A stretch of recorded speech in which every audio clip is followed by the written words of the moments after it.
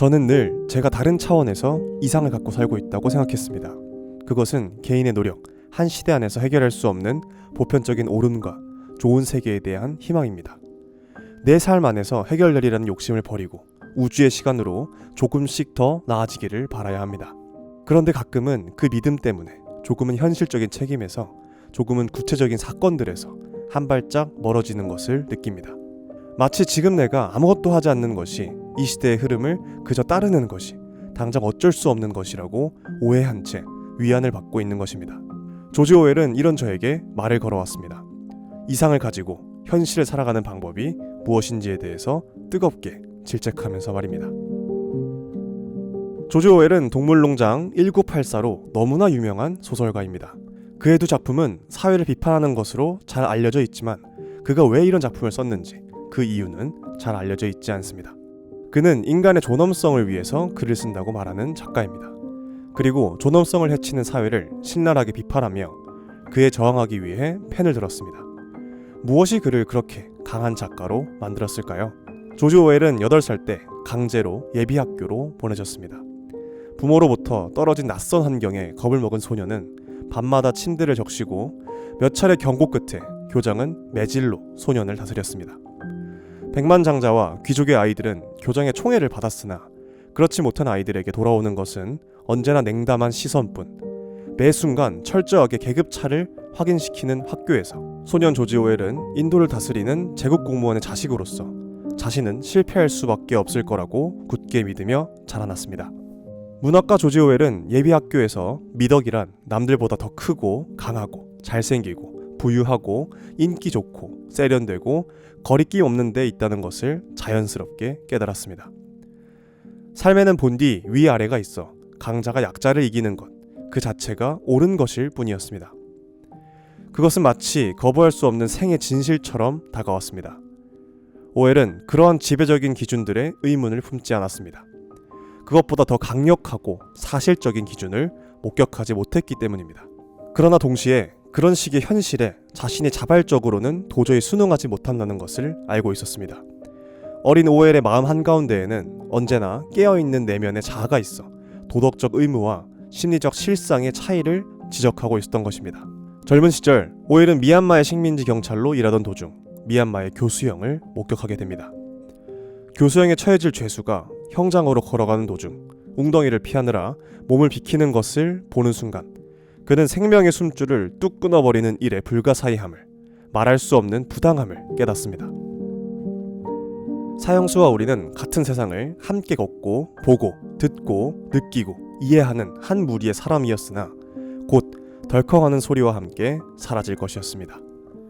어린 시절 오웰에게 각인된 계급 차이로 인해 발생하는 지배와 피지배의 기억, 그와 더불어 파리 생명과 다름없는 인간의 하찮음과 동시에 찾아온 존엄성이 사회주의자 조지 오웰을 만들었습니다. 그러나 인간 평등을 부정하고 엘리트의 정치를 통해 인간의 개별성을 사살하는 파시즘과 제국주의의 비판을 가하는 풍자소설과 사설을 썼다는 사실만으로 그를 사회주의자라고 한정짓는 것은 옳지 않습니다. 조지 오웰은 불완전하고 끊임없이 이익에 따라 변질하며 인간의 존엄성을 짓밟고 목적만을 달성하려는 성격의 이데올로기 전체를 부정했습니다. 그런 이데올로기를 따르는 대신 인류애와 인간을 향한 존엄성을 믿었습니다. 그리하여 오웰은 인간이 인간을 대할 때 자기 앞에 존재하는 한 개체를 사고하고 심장이 뛰는 인간으로 받아들이고자 했는가에 대한 의문을 끊임없이 던지며 인간의 존엄성을 환기하고자 했습니다. 세상에는 수많은 작가들이 글을 쓰지만 자신이 글을 쓰는 동기를 분명하게 내비치는 경우는 흔치 않습니다. 그러나 오웰은 자신이 글을 쓰는 4가지 이유를 분명하게 밝힙니다. 첫 번째는 똑똑해 보이고 싶은, 기억되고 싶은 이기심이고, 두 번째는 외부 세계의 아름다움을 미학적으로 표현하고 싶은 열정입니다. 세 번째는 사물을 있는 그대로 보고 진실을 알아내고 후세를 위해 보존하고자 하는 욕구이며, 네 번째는 어떤 사유를 지향하며 분투해야 하는지에 대한 남들의 생각을 바꾸려는 욕구입니다. 특히 그는 어떤 글이든 정치적 성향으로부터 진정 자유로울 수 없으며 예술이 정치와 무관해야 한다는 의견 자체가 정치적인 태도라고 말했습니다. 그는 책을 쓴다는 건 고통스러운 병을 오래 앓는 것처럼 끔찍하고 힘겨운 싸움이라고 말합니다. 거역할 수도 이해할 수도 없는 어떤 귀신에게 끌려다니지 않는 한 절대 할 수 없는 작업인 것입니다. 하지만 그럼에도 글을 썼던 이유는 계급으로 구분지을 수 없는 인간 잠재 능력의 발현이 가능해질 수 있는 사회에 대한 믿음 때문이었습니다. 그리하여 자신의 펜을 무기 삼아 제국주의 사회와 자본주의 사회를 변화시키고자 했습니다. 또한 어린 시절 자신이 글을 쓰고 싶었던 근원적인 미학적 열정을 잊지 않고 정치적인 글쓰기를 예술로 만들고자 하는 욕구 때문이기도 했습니다. 정치적인 목적을 가진 글은 이 세계의 전체를 조망할 수 없게 글쓴이의 의도에 따라 세상을 보여주려는 경우가 많습니다. 그것은 글쓴이가 자신의 이익만을 추구하고자 하기 때문입니다. 그러나 오웰은 글은 모든 이념을 뛰어넘는 인류애와 인간의 존엄성, 즉 개개인의 가능성 발현이 가능한 사회를 추구했습니다.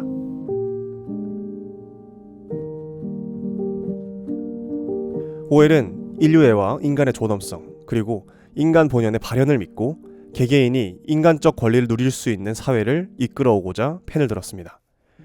저는 감히 그가 언제나 신념을 굽히지 않았다고 믿습니다. 어떠한 글에서도 그는 정의를 향한 불굴의 의지를 보였으며 사회주의자라고 자신을 소개했지만 언제라도 사회주의를 향한 날카로운 비판을 던질 수 있었습니다. 그의 어조는 강하고 뚜렷하나 오웰의 동물농장이나 에세이 등의 작품을 읽을 때 그가 알량한 이익을 위해 독자를 이리저리 흔들려고 하지 않는다는 느낌을 분명히 받을 수 있었습니다. 자신의 이익을 뛰어넘어 인간 본연을 실현하고자 하는 사람의 글은 강하면서도 아름다울 수밖에 없습니다. 그러한 오웰의 모습을 통해 정치적인 글이 미학적일 수도 있다는 것을 깨달을 수 있었습니다. 그렇다면 글을 쓰는 저는 무엇을 추구하고 있는 것일까요? 저는 아름다움만을 추구하는 미학적인 인간은 아닙니다. 때로는 영국 미술평론가 존 버거의 미학적이고 생애 고귀한 진실을 보여주는 글을 읽고 싶고 감히 저 또한 그런 글을 쓸 수 있는 사람이 될 수 있기를 희망하지만 때로는 생애 고통스러운 진실을 보여주는 내가 생각할 수 있는 가장 흉폭하고 잔인한 모습을 그려낸 아우슈비츠의 이야기가 필요합니다. 그리고 저 또한 인간과 저의 추한 모습으로부터 도망치지 않고 시선을 돌리지 않고 받아들여 그러한 글을 쓸 수 있는 개인이 되고자 희망합니다. 결국 저는 가장 아름다운 인간으로서 그리고 동시에 가장 추한 인간으로서 모습을 피하지 않고 그 모든 것을 삶으로 그리고 글로 표현할 수 있는 인간이 되고 싶습니다.